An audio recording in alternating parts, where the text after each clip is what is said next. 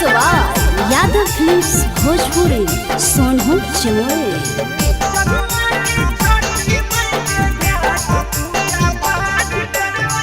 ओहे भोररिया जानू छठी माई के घाट पूजा पाठ करबै। ओहे भोररिया जानू छठी माई के घाट पूजा पाठ करबै। त पूजा पाठ करबै मिली के दोनों एक साथ पूजा पाठ करबै। जनुआ के छठी माई के घाट पूजा पाठ करबै। ओहे भोररिया जानू छठी माई के घाट पूजा पाठ करबै। ओहे भोररिया जानू छठी माई के घाट पूजा पाठ करबै। त पूजा पाठ करबै मिली के दोनों एक साथ पूजा पाठ करबै। जनुआ के छठी माई के घाट पूजा पाठ करबै।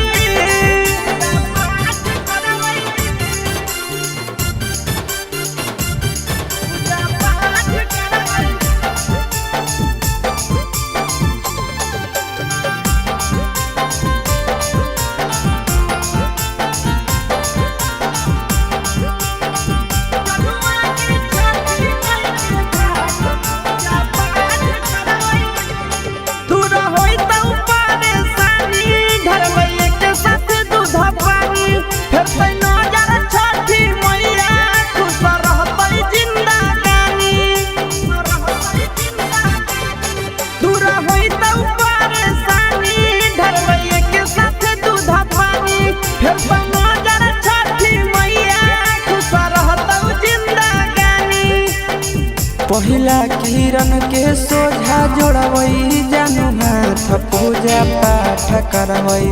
त पूजा पाठ करबै मिली के दोनों एक साथ पूजा पाठ करबै। जनुआ के छठी माई के घाट पूजा पाठ करबै।